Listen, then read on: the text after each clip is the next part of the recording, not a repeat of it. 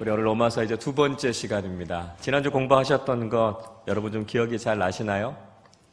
공부에는 복습이 중요합니다. 그래서 복습을 한번 해보죠. 지난주에 로마서의 개관에 대한 이야기를 같이 나누었는데 가장 먼저 사도 바울이 로마서를 시작하면서 사도 바울이 가지고 있는 자의식이 무엇인가 하는 이야기를 했죠. 나는 예수 그리스도의 종이다. 두 번째, 나는 바울이다. 또 뭐죠? 나는 사도다. 그리고 나는 복음을 위해 택정함을 입었다라고 하는 아주 분명한 자의식, 분명한 정체성을 가지고 있었기 때문에 바로 그런 삶을 바울이 살 수 있었다라고 하는 말씀을 드렸습니다. 그리고 로마서 전체를 통해서 사도 바울이 계속 반복하고 있는 건 복음에 대한 이야기를 강조하고 있는데, 복음이 무엇인가, 예수 그리스도가 누구이신가 라고 하면서 굉장히 중요한 한 가지를 이야기하고 있습니다. 예수님은 참 하나님이시면서 동시에 참 인간이다 라고 하는 아주 중요한 교리를 2절과 3절의 말씀 속에서 이야기하고 있습니다. 그리고 로마의 그리스도인들을 향해서 당신들은 복음을 향해서 선택받은 사람입니다. 세상에서부터 구원함을 받아서 복음을 향해서 선택받은 사람입니다. 이게 바로 구원의 은혜를 이야기하는 거죠. 동시에 당신들은 복음을 위해서 선택받은 사람입니다. 이게 뭐라고요? 이게 사명이라고요. 사명. 그러니까 구원과 사명을 받았다라고 하는 사실을 바울은 분명히 로마 교회 성도들에게 이야기해 주고 있습니다. 그래서 세상으로부터 복음을 향해 선택을 받았고 또 세상을 향해서 복음을 위해 선택받은 사명자로서 살아갈 것에 대해서 1장 1절부터 7절까지의 말씀을 통해서 바울이 이야기하고 있다 하는 것을 우리가 지난주에 함께 말씀을 통해서 나누었습니다. 오늘 우리 두 번째 시간 8절부터 17절까지의 말씀을 함께 좀 살펴보려고 합니다. 오늘 8절부터의 말씀을 시작하면서 바울은 자신이 로마 교회를 향해서 지금 어떤 마음을 가지고 있는가 하는 자기의 마음을 지금 몇 가지로 피력해 주고 있습니다. 로마 교회를 생각할 때마다 바울에게 있었던 마음, 생각이 무엇이었을까라고 하는 거죠. 첫 번째는 바울의 감사가 있었다는 겁니다. 그러니까 로마 교회를 생각할 때마다 바울에게 가장 먼저 드는 생각은 뭐냐면 감사였다는 거예요. 감사. 자, 8절 말씀을 우리 같이 한번 읽어보도록 하겠습니다. 먼저 내가 예수 그리스도로 말미암아 너희 모든 사람에 관하여 내 하나님께 감사함은 너희 믿음이 온 세상에 전파됨이로다. 로마 교회의 믿음이 온 세상에, 그러니까 로마 제국 전체에다 퍼지게 된 거죠. 로마 교회는 로마 제국의 심장부, 수도인 로마에서 그것도 자생적으로 모였던 교회입니다. 그러니까 로마 제국의 중심에서부터 신앙생활하고 있었던 교회니까 얼마나 힘들었겠습니까? 그렇지 않겠습니까? 어느 것보다도 핍박이 많았을 거고요. 어느 것보다도 신앙생활을 하기 어려운 상황 속에 있었을 겁니다. 그 가운데에서도 로마 교회가 믿음을 잘 지키고 있었고 그 믿음의 소문이 로마 제국 전역에 다 퍼졌던 거죠. 그런 이야기를 들으면서 바울이 제일 먼저 로마 교회를 향해 들었던 마음은 고맙다 하는 겁니다. 고맙다. 과거에 보면 우리의 그 자녀들을 이렇게 외국으로 입양을 보내는 경우들이 있지 않습니까? 피치 못한 사정으로 아이들을 이렇게 외국으로 입양을 보내고 그렇게 헤어져서 10년, 20년 이렇게 헤어져서 삽니다. 그러다가 자녀들이 장성하고 나서 내 친부모님을 찾고 싶어서 다시 한국에 와서 뿌리를 찾고 그 친부모님들을 만나게 되는 모습들을 보잖아요. 그래서 그렇게 입양을 보낸 부모님의 마음이 참 죄송한 마음도 있고 미안한 마음도 있고 그러면서도 그렇게 입양이 되어져 가서 자녀들이 잘 자란 모습, 반듯하게 자란 모습을 보면 부모님들이 그런 이야기 하잖아요. 잘 자라줘서 정말 고맙다 이런 이야기 하죠. 그러니까 로마 교회를 바라보는 바울의 마음이 꼭 그랬던 거예요. 그 어려운 상황 속에서도 믿음을 잘 지켜가고 아름다운 교회의 모습을 지켜간 걸 보니까 너무 고맙다는 거예요. 요즘도 우리가 북한의 지하교회 이야기들을 듣습니다. 얼마나 탄압이 많은 곳에서 신앙생활 합니까? 그러나 그 속에서도 믿음의 정절을 잘 지키고 순교를 각오하고 예수 믿는 그 모습들 보면 너무 감동이 되고 너무 고맙죠. 이슬람권 안에서 여러 가지 탄압 속에서 그렇게 신앙을 지키는 믿음의 사람들 이야기, 교회 이야기들을 들으면 우리에게 정말 말로 다 할 수 없는 그런 감동이 밀려오는 걸 보게 됩니다. 그래서 우리가 이런 믿음의 좋은 소식들을 들을 때마다 우리가 감사하게 되는 거죠. 저는 우리 교회가 이런 교회가 됐으면 좋겠어요. 우리가 많은 사역자들과 많은 교회들이 우리 교회를 바라보면서 야, 아름다운 교회가 이렇게 좋은 믿음의 소식들을 전해주는 게 너무 고맙다, 너무 기쁘다, 이런 이야기를 들을 수 있는 우리 교회가 될 수 있기를 바랍니다. 힘들고 어려운 상황 속에서 우리가 믿음의 삶을 살 수 있어요. 그러나 그 가운데서 믿음을 지키는 게 더 귀하고요, 더 감사하고, 그걸 바라보면서 많은 사람들이 같이 격려를 받고 같이 힘을 얻는 거죠. 그래서 바울은 그렇게 지금 로마 교회를 향해서 감사를 표현하고 있다라고 하는 것이죠. 자, 두 번째는요, 바울이 로마 교회를 위해 기도하고 있다, 이렇게 이야기하죠. 바울의 기도가 나타나고 있습니다. 자, 오늘 9절 말씀 우리 같이 한번 읽어보죠. 내가 그의 아들의 복음 안에서 내 심령으로 섬기는 하나님이 나의 증인이 되시거니와 항상 내 기도에 쉬지 않고 너희를 말하며. 바울이요, 늘 기도하는데 내 기도에 빠지지 않는 게 로마 교회라는 거예요. 늘 로마 교회를 위해서 중보하며 기도하는 바울의 모습을 이야기하고 있습니다. 우리가 누군가를 위해서 빼지 않고 항상 기도한다라고 하는 것, 달리 이야기하면 내가 그 사람을 얼마나 사랑하는지, 내가 그 사람을 얼마나 생각하는지, 그걸 증거해 주는 거 아니겠습니까? 여러분 매일 기도하는 대상에 대해서 한번 생각해 보십시오. 여러분 누구를 위해서 기도하십니까? 제일 1차적으로 우리가 가족들을 위해서 기도하겠죠. 자녀 손들을 위해서 기도합니다.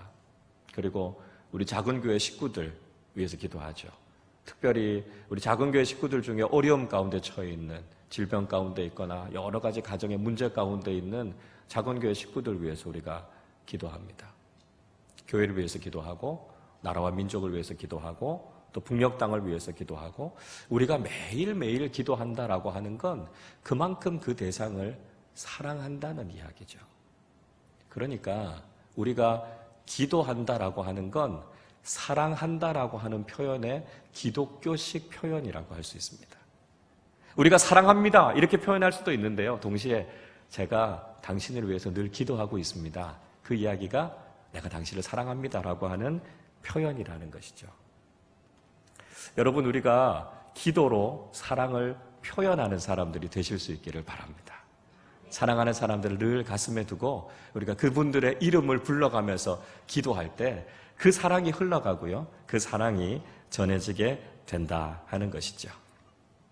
자, 세 번째는 로마 교회를 향한 바울의 소원입니다. 소원. 로마 교회를 향해서 갖고 있었던 바울의 간절한 소원이 무엇인가 하는 이야기를 하고 있습니다. 자, 10절 말씀인데요, 우리 10절 같이 읽어보겠습니다. 어떻게 하든지 이제 하나님의 뜻 안에서 너희에게로 나아갈 좋은 길 얻기를 구하노라. 이게 바울의 소원이었습니다. 바울의 소원이 뭐라고요? 로마 교회 성도들을 만나고 싶은 거예요. 로마 교회에 꼭 가고 싶은 거예요. 그래서 그들이 믿음 생활을 잘하고 있다는 이야기를 들었잖아요. 바울이 직접 세운 교회가 아닌데, 자생적으로 세워진 교회인데 그렇게 열심히 믿음 생활 잘하고 있다는 이야기를 들으니까 가서 보고 싶은 거예요. 도대체 어떻게 믿음 생활하고 있는지, 어떻게 복음 안에서 함께 교제하고 있는지, 그게 너무너무 궁금한 거죠. 그래서 꼭 가서 보고 싶다 하는 바울의 마음에 소원이 있었습니다. 우리 손자 손녀들 두고 계신 우리 할아버지 할머니들 많이 계시죠. 여러분들 이렇게 핸드폰 딱 펼쳐보시면 대문 사진이나 이 갤러리 사진 안에 보시면 다 손자 손녀들 예쁘게 웃고 있는 사진들이 아마 다 들어있으실 겁니다. 혼자 보기 아까우시잖아요. 그래서 기회만 되면 옆에 분들한테 보여주시고, 우리 손자가 우리 손녀가 이만큼 컸어 이렇게 보여주시면서 흐뭇해 하십니다. 아유, 뭐 핸드폰 사진만 보면 됐지, 이러시는 분 없어요, 그죠? 어떻게든지 가서 한 번이라도 보고 싶은 거예요. 이 녀석들 그냥 이렇게만 보고 있으니까 그냥 더 보고 싶다. 그래서 먼 길을 마다하지 않고 가서 손자 손녀들을 만나죠.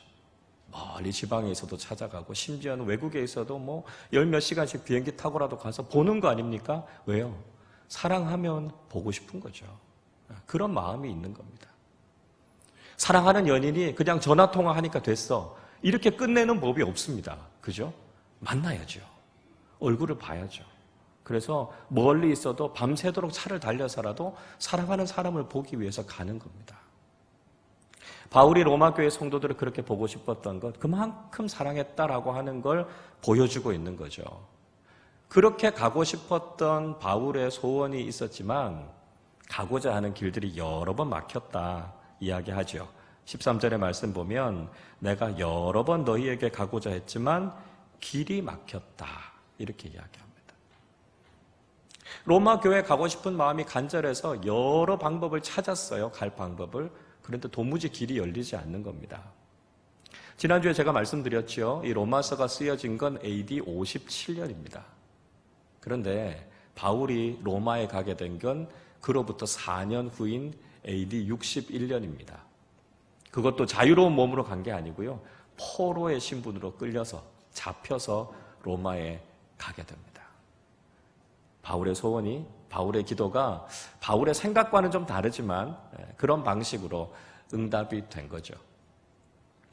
우리도 하나님 안에서 소원을 가지고 있는 일들이 꼭 우리가 원하는 때에 우리가 원하는 방식으로 이루어지지는 않을 수 있습니다. 그러나 하나님께서 그 기도를 듣고 계시고 하나님의 때에 하나님의 방법으로 반드시 이루어 주실 줄로 믿습니다. 하나님은 우리의 신음소리도 들으시고요. 우리의 기도 한마디 한마디 절대로 놓치지 않으시는 거예요. 그래서 그 소원을 주님의 뜻 안에서 이루어 주신다는 것을 기억하시고 주님 앞에 그 소원을 가지고 늘 기도하는 우리 모두가 되실 수 있기를 바랍니다. 자, 네 번째, 바울은 로마 교회에 선물을 주고 싶었습니다. 선물. 로마 교회를 향해서 바울이 선물을 주려고 했다 하는 것이죠. 자, 11절입니다. 같이 읽어봅니다. 내가 너희 보기를 간절히 원하는 것은 어떤 신령한 은사를 너희에게 나누어 주어 너희를 견고하게 하려 함이니 이야기합니다. 바울이 왜 로마 교회를 그렇게 가고 싶어 했는가? 이유는 신령한 은사를 나누어 주고자 했다 이야기하고 있습니다. 은사가 뭐죠? 은사? 선물입니다. 선물. 영적인 선물을 은사다 이렇게 이야기하는 거죠. 그러니까 하나님께서 바울에게 주신 영적인 선물이 있습니다. 은사가 있습니다. 그래서 그 선물을 로마 교회에 나누어 주고 싶어서 그렇게 가고 싶어 했던 거죠.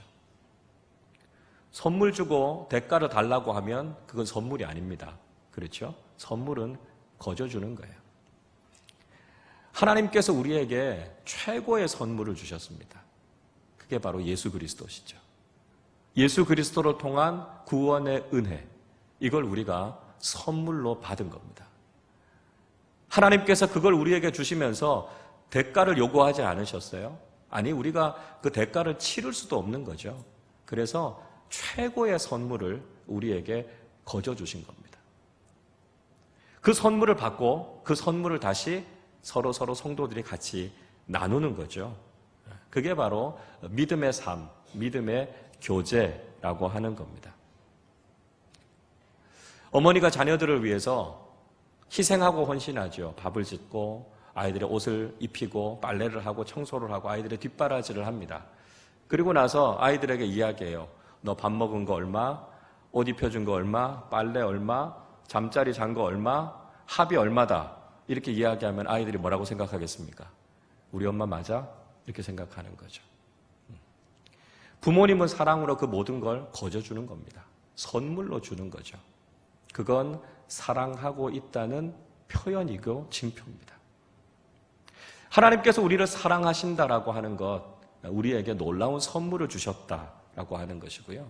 우리가 믿음의 삶 안에서 이 신령한 은사, 신령한 선물들을 같이 나누면서 살아가는 삶이 믿음의 교제라는 것을 우리가 알 수 있습니다. 자, 이 신령한 은사라고 하는 게 뭘까요? 하나님께서 주시는 특별한 영적인 은혜와 선물일 겁니다. 사도 바울은 고린도전서 12장과 14장의 말씀을 통해서 영적인 은사에 대한 이야기를 구체적으로 이야기해 주고 있습니다. 우리가 다음에 고린도전서 말씀 나누면서 이 은사에 대한 이야기를 좀 더 구체적으로 한번 나누도록 하겠습니다. 중요한 것은 하나님께서 이 은사를 우리에게 선물로 주신다는 거고요. 우리가 삶을 살아가는 동안 하나님의 선물인 이 은사를 사모하면서 살아가는 게 참 중요하다는 거죠. 바울은 많은 은사를 가지고 있었고 또 그리스도인들이 이 은사를 통해서 더 풍성한 믿음의 삶을 살 것을 이야기하고 있는 것을 볼 수 있습니다. 자, 그러면 바울이 로마 교회에 은사, 이 신령한 은사를 나누어 주고 싶었던 이유가 뭘까 하는 거죠. 오늘 11절 말씀 다시 보시면 그들을 견고하게 하기 위해서다 이렇게 이야기하고 있죠. 너희를 견고하게 하려 함이니 말씀합니다. 하나님께서 주시는 이 믿음의 선물을 통해서 우리의 믿음이 어떻게 된다고요? 견고해진다고요. 흔들리지 않는 믿음이 된다고요. 그래서 이 은사들을 통해서 우리의 믿음이 더 견고해지고 우리의 공동체가 흔들림 없이 더욱더 든든하게 서기를 바라는 그런 바울의 마음이 그 속에 담겨져 있습니다. 자, 마지막 5번째 로마 교회를 향한 바울의 마음은 바울의 부담입니다. 부담. 바울에게 부담이 있었다라고 하는 거죠. 자, 어떤 부담일까? 14절 말씀인데요. 14절을 같이 읽어봅니다. 헬라인이나 야만인이나 지혜 있는 자나 어리석은 자에게 다 내가 빚진 자라. 헬라인과 야만인. 당시에 로마 제국에서 쓰고 있었던 언어는 헬라어입니다. 헬라어. 헬라어가 국제어로 통용되고 있었기 때문에 헬라어를 할 줄 아는 사람은 헬라인, 헬라어를 할 줄 못하는 사람은 야만인 이렇게 불렀던 거죠. 지혜 있는 자나 어리석은 자. 헬라 문화에서 제일 중요한 건 철학이었습니다. 철학.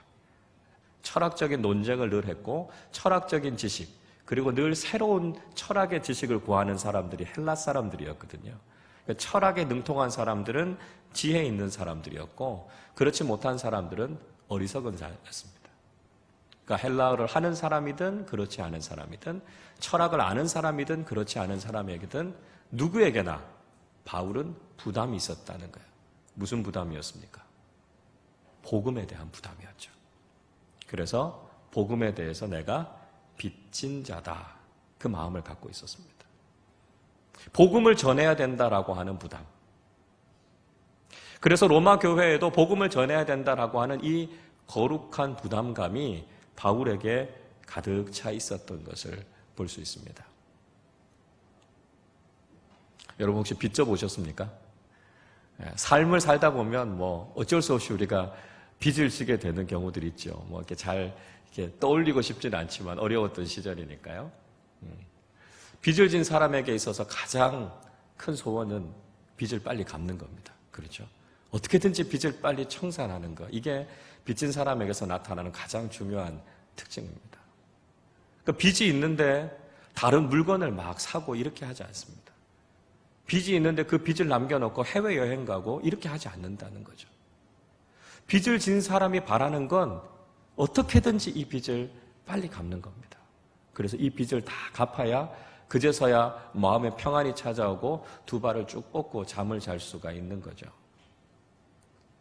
복음의 빚을 졌다는 건 복음에 대한 부담감이 있다는 거고요. 복음 전하는 일이 내 인생에 가장 중요하고 가장 우선이라고 하는 걸 이야기하는 겁니다. 다른 모든 것보다 가장 우선이 뭐냐 이거죠. 복음 전하는 거고요. 그 복음을 사람들과 함께 나누는 것. 이게 내 인생에 있어서 제일 중요하다는 거죠. 그리스도인으로 살아가면서 우리에게 있어야 될 또 하나의 중요한 정체성이 이겁니다. 복음의 빚진 자. 내가 복음을 전하지 않고는 도저히 견딜 수 없다.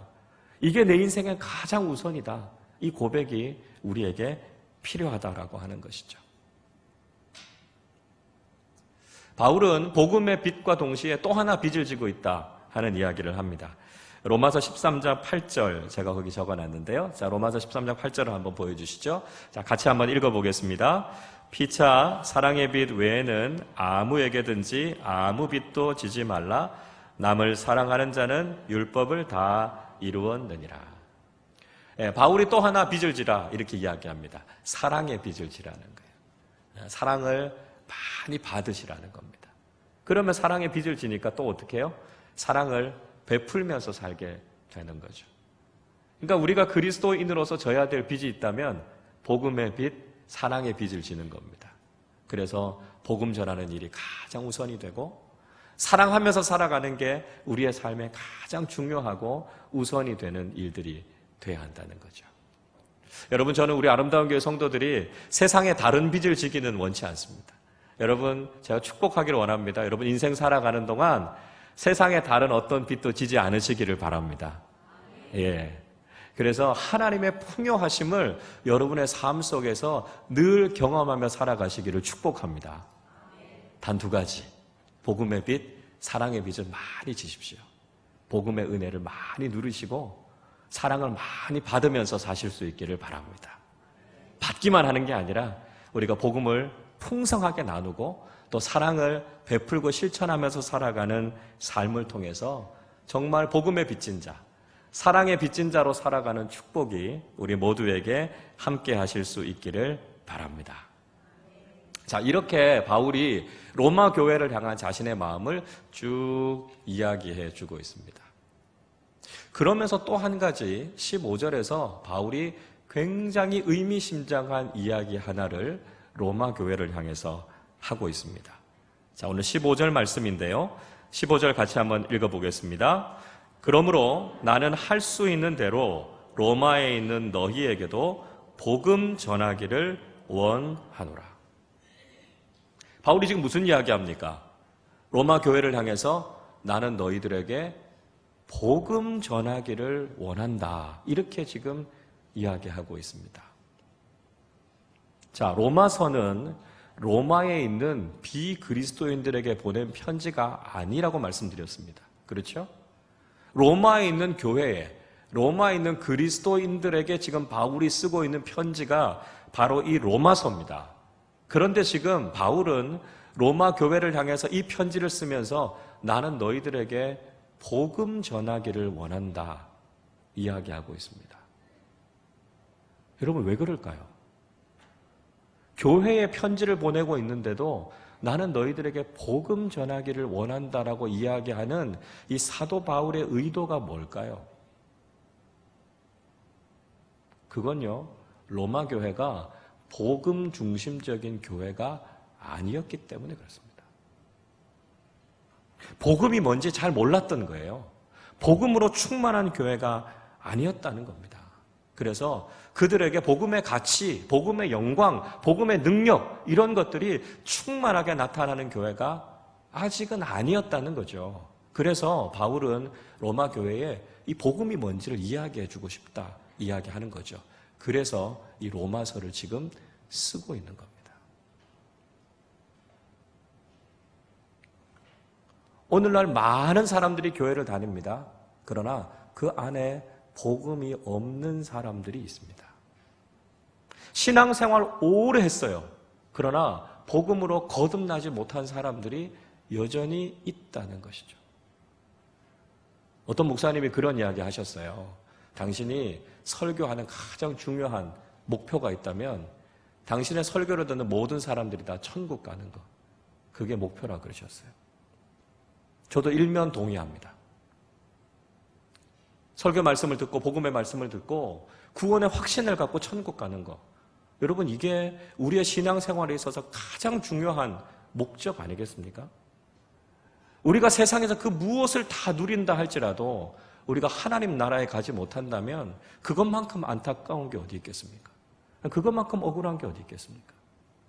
우리가 신앙생활하면서 설교를 들으면서 분명한 구원의 확신을 가지고 하나님의 나라에 100% 가는 것, 이건 우리가 절대로 양보할 수 없는 우리 신앙생활에 매우 중요한 목적이 되어야 한다는 거죠. 그러려면 우리의 신앙이 복음 중심적인 신앙이 되어야 된다는 거죠. 교회가 복음 중심적인 교회가 되어야 한다라고 하는 것입니다.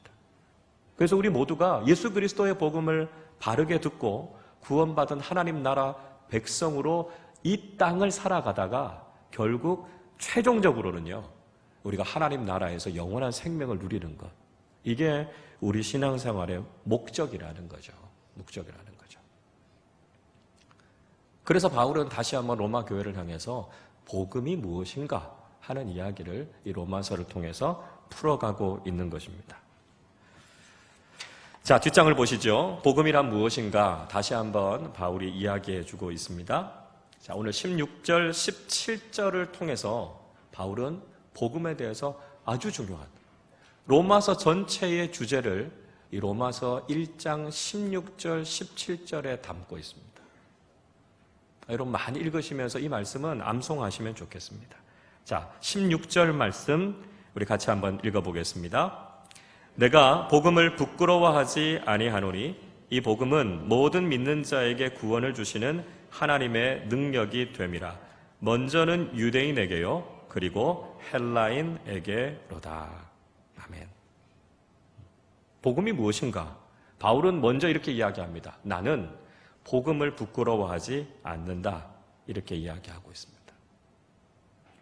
소극적인 의미로 복음을 부끄러워하지 않는다라고 하는 게 아니라 좀 더 적극적으로 이야기하면 바울은 늘 복음을 자랑하는 거죠. 자랑할 건 복음밖에 없다. 나는 나를 자랑하지 않고 나는 오직 복음을 자랑하는 삶을 산다. 복음을 드러내는 삶을 산다라고 하는 것이 복음을 향한 바울의 고백입니다. 오늘을 살아가는 그리스도인들 가운데 때로는 내가 그리스도인이라고 하는 걸 이렇게 숨기면서 살아가는 사람들도 있습니다. 아유, 뭐 구태여 그걸 다 이렇게 드러내면서 살 필요가 있나요? 그냥 자연스럽게 알면 되죠. 이렇게 이야기하기도 합니다. 그래서 이런 이야기 들을 때 있어요. 어유, 누구 엄마 교회 다녔어요? 이런 이야기. 이거 안 된다는 거죠. 아유, 부장님, 과장님 예수 믿으셨어요? 이거 안 된다는 거예요. 누가 봐도 저분은 교회 다니는 분이구나. 저분은 진짜 진실한 그리스도인이구나. 누구에게나 우리가 드러내는 삶을 살아야 한다라고 하는 거죠. 복음을 드러내고 복음을 자랑하는 삶. 내가 그리스도인임을 분명히 드러내는 삶. 그게 우리에게 필요하다라고 하는 거죠. 자, 왜 복음을 감출까요? 왜 복음을 부끄럽게 여길까요? 그 이유가 뭘까 생각해 보면 복음의 가치를 잘 모르기 때문에 그렇습니다. 복음이 가지고 있는 그 능력이 무엇인가 하는 걸 잘 모르기 때문에 그렇습니다. 우리가 정말 좋은 걸 갖고 있어요. 그러면 다른 사람들에게 자랑하고 싶잖아요. 정말 가치 있고 능력이 있는 걸 우리가 갖고 있어요. 그러면 다른 사람들에게 그걸 보여주고 싶은 겁니다. 그런데 그 가치와 그 능력을 모르면 그냥 그걸 자꾸 감추게 되는 거죠.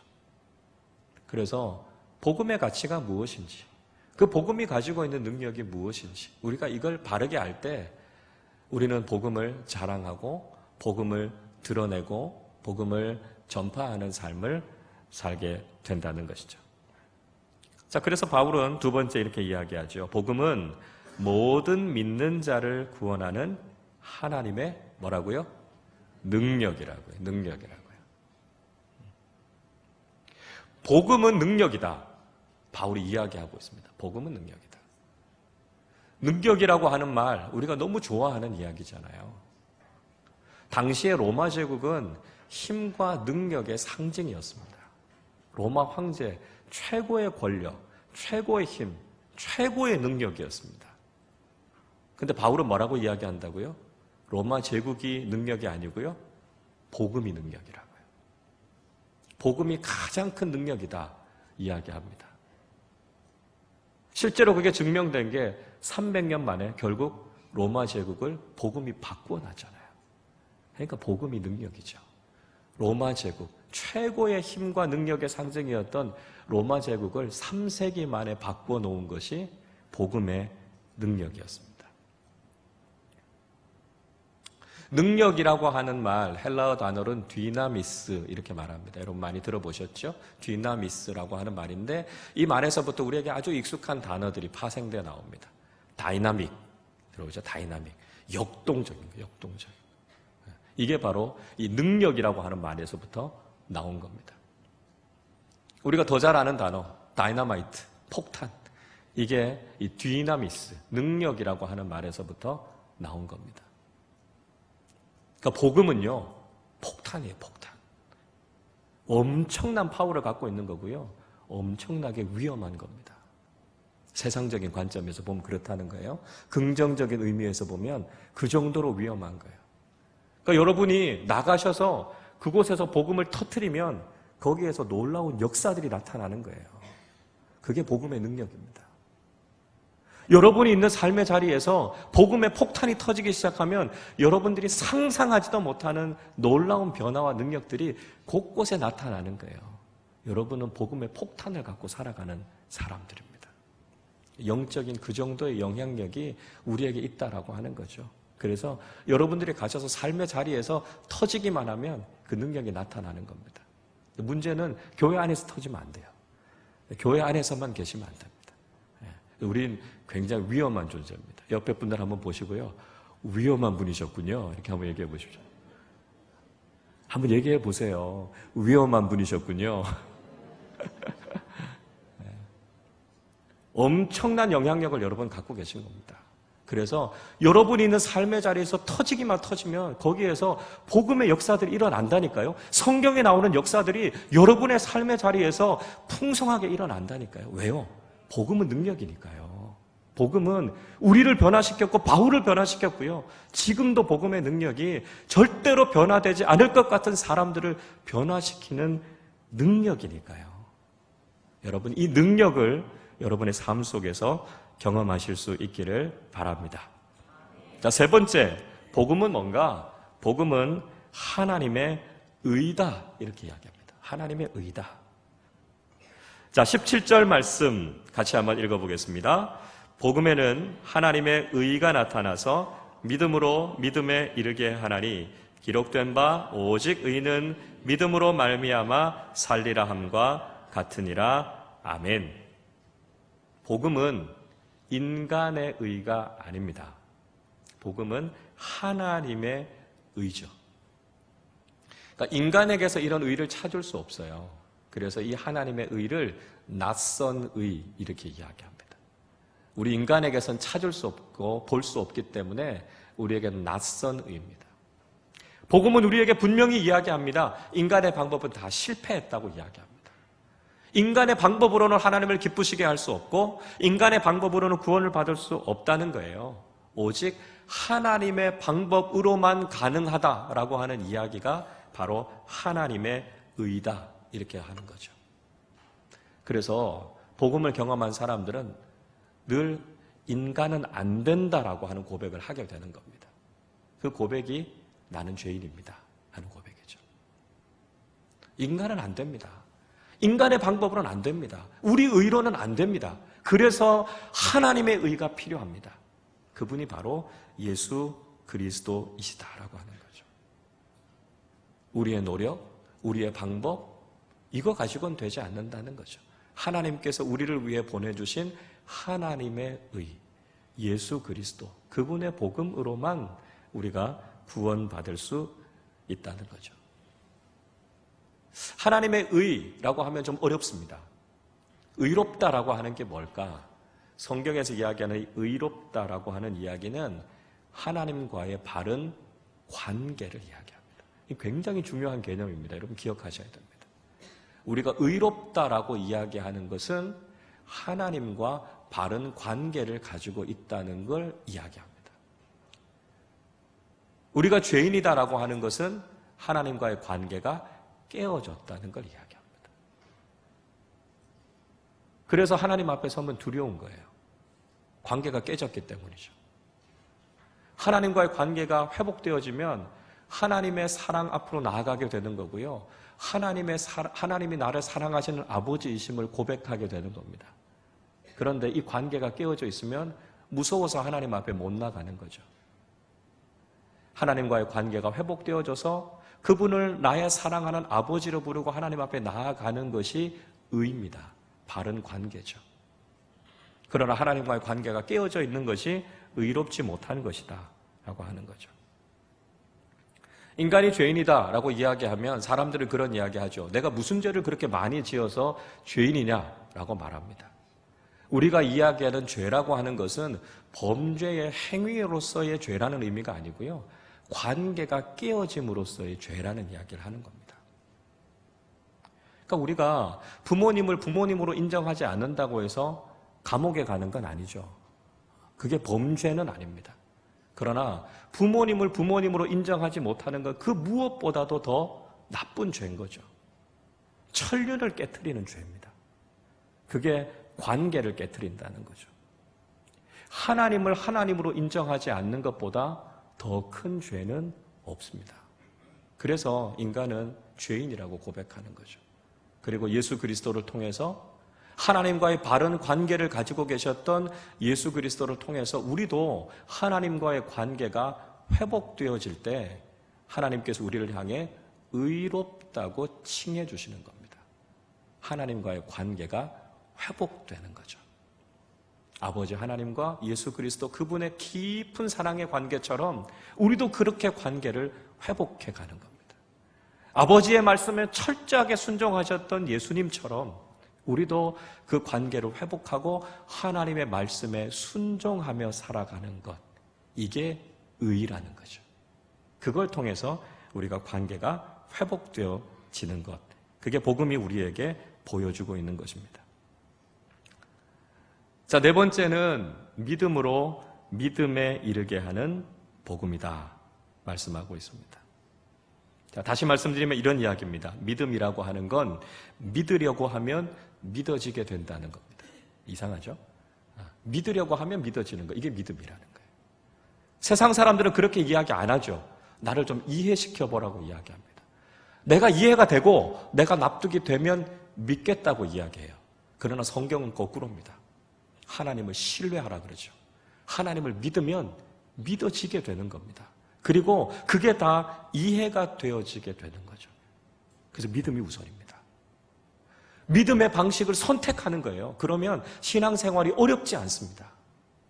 내가 다 이해되어야 믿으려고 하면 절대로 믿음이 생기지 않아요. 그러나 하나님, 제가 하나님을 신뢰합니다. 제가 하나님을 믿습니다. 그러면 우리 안에 믿음이 생기고요. 믿음의 눈으로 바라보게 되고요. 하나님께서 하시는 것들이 다 이해가 되어지고 깨달아지게 되는 겁니다. 이게 믿음으로 믿음에 이르게 하는 거죠. 사람들은 잘 안 믿습니다. 이게 죄인의 본성이라 이게 당연한 겁니다. 잘 안 믿어지는 게 정상입니다. 믿는 게 기적인 거죠. 여러분 예수 그리스도를 믿으시죠? 십자가를 통해서 여러분 구원을 받으셨다는 걸 믿으시죠? 믿어지는 게 기적인 겁니다. 이건 원래 죄인에게는 안 믿어지는 거예요. 그런데 하나님께서 우리에게 믿음을 주셨기 때문에 십자가를 통해 내가 구원을 받았다는 것, 예수 그리스도가 나의 구원자라고 하는 게 믿어지는 거예요. 그리고 그 믿음을 통해서 성경을 보니까 모든 게 다 나를 향하신 하나님의 은혜라고 하는 게 깨달아지는 거죠. 그게 믿음으로 믿음에 이르게 되는 겁니다. 우리의 신앙생활은 철저히 믿음에서부터 출발해서 믿음으로 이르게 되는 것, 그게 우리의 신앙생활이라고 하는 것을 이야기해 주고 있는 것이죠. 자, 이제 마지막 결론적으로 바울은 이야기합니다. 복음은 의인을 믿음으로 살리는 것이다 이야기하고 있습니다. 의인은 선행으로 사는 거 아닙니다. 의인은 율법을 지키는 것으로 사는 거 아닙니다. 오직 의인은 믿음으로만 사는 것이죠. 이게 성경이 이야기하는 핵심적인 메시지입니다. 믿음으로 사는 것, 믿음으로 구원을 받는 것, 이것이 바로 로마서의 주제인 이신칭의의 복음입니다.